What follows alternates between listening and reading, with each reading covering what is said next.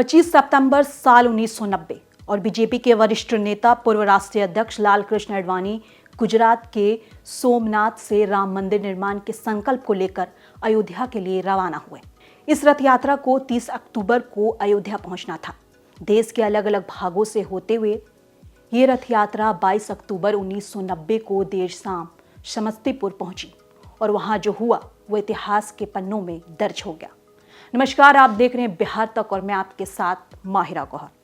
आज हम आपको राम मंदिर से जुड़े कमरा नंबर 7 की कहानी से रूबरू कराएंगे, जो कभी इतिहास के खबरों की हेडलाइन बनी थी। पहले समस्तीपुर के सर्किट हाउस का कमरा नंबर 7 को देखिए, जहां से लालकृष्ण आडवाणी की गिरफ्तारी हुई थी। अब ये कमरा नंबर 3 है और अतिथि गृह के नाम से जाना जाता है। दरअसल 22 अक्टूबर 1990 को लालकृष्ण आडवाणी हाजीपुर के रास्ते रथ यात्रा को लेकर कोठिया होते हुए समस्तीपुर जिले में प्रवेश कर रहे थे। इसी कोठिया में पहले लालकृष्ण आडवाणी की गिरफ्तारी की प्रशासन ने योजना बनाई थी, लेकिन रथ यात्रा के दौरान बेकाबू भीड़ के पीछे यह मुमकिन नहीं हो पाया। 22 अक्टूबर को जब लालकृष्ण आडवाणी रथ यात्रा के साथ समस्तीपुर सर्किट हाउस करीब रात के 11 बजे पहुंचे तो प्रशासन ने उन्हें कमरा नंबर 7 अलाउट किया, जिसमें आडवाणी के साथ भाजपा के नेता कैलाशपति मिश्र भी थे, जो उस वक्त दूसरे कमरे में ठहरे हुए थे। रात अधिक होने के बाद आरएसएस बीजेपी की अखिल भारतीय विद्यार्थी परिषद के कार्यकर्ता सर्किट हाउस से चले गए। रात के अंधेरे में लालू प्रसाद यादव द्वारा लालकृष्ण आडवाणी की गिरफ्तारी के लिए लगाए गए तत्कालीन डीआईजी रामेश्वर उरांव और आईपीएस आरके सिंह कमरा नंबर 7 में पहुंचते हैं और फिर जो हुआ उसकी पूरी कहानी समस्तीपुर के वरिष्ठ पत्रकार शिवचंद्र झा की जुबानी सुनिए। रात में ही उनकी गिरफ्तारी यहाँ हो गई। रात में आरके सिंह और पटना से हेलीकॉप्टर से आए। रात में ही इनको 12 बजे करीब इनको नोक किया और इनको सूचना दिया कि आप गिरफ्तार कर लिए गए हैं। आनन फानन में सवेर होते ही प्रशासन इनको लेके पटेल मैदान चला गया और वहाँ हेलीकॉप्टर से उनको मसान जोड़ के लिए ले गया। तब जब तक तैयार मने जा रहे थे तभी तक लोग सबको जानकारी मिल गई। भाजपा के कार्यकर्ता, विद्यार्थी परिषद, विश्व हिंदू परिषद सभी लोग जुट गए और हंगामा शुरू कर दिया।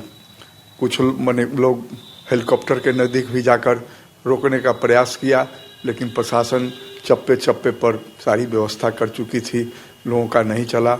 लोग कल होके उसके बाद लोग प्रदर्शन करने लगे। समूचे बाजार बंद कर दिया गया। सारा माहौल गर्मा गया। फिर बाद में कल होके जब अटल बिहारी वाजपेयी बीपी सिंह सरकार को समर्थन वापस का घोषणा कर दिया और राष्ट्रपति को इसकी जानकारी दे दी। बीपी सिंह सरकार गिर गई तो लोग शांत हुए। अब सवाल ये भी है कि गिरफ्तारी के लिए समस्तीपुर को क्यों चुना गया और गिरफ्तारी आरके सिंह ने ही क्यों की? हमको जो लगता है कि यहाँ सामाजिक न्याय का जिला है और इसलिए लोग ऐसा निर्णय लिए।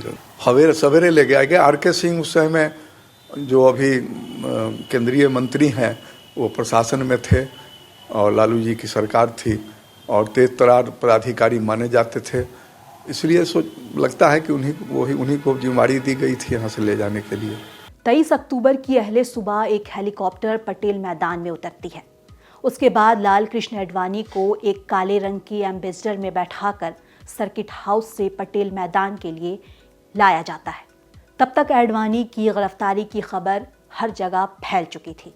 23 अक्टूबर 1990 को समस्तीपुर के ऐतिहासिक पटेल मैदान में लालकृष्ण आडवाणी के द्वारा एक विशाल जनसभा को संबोधित किया जाना था। इसको लेकर भारतीय जनता पार्टी, आरएसएस, विद्यार्थी परिषद सहित संघ के तमाम अनुषंगिक संगठनों के द्वारा जबरदस्त तैयारी की गई थी, पर उससे पहले ही आडवाणी की गिरफ्तारी हो गई। 22 जनवरी को राम मंदिर की प्राण प्रतिष्ठा होनी है, पर इसका पहला कदम आडवाणी ने उठाया था और इसी यात्रा का एक पड़ाव रहा समस्तीपुर का कमरा नंबर 7। समस्तीपुर से ये रिपोर्ट हमारे संवाददाता जहांगीर आलम ने की है। आपको ये जानकारी कैसी लगी हमें कमेंट बॉक्स में लिखकर ज़रूर बताएं और बिहार की तमाम छोटी बड़ी खबरों के लिए देखते रहें बिहार तक।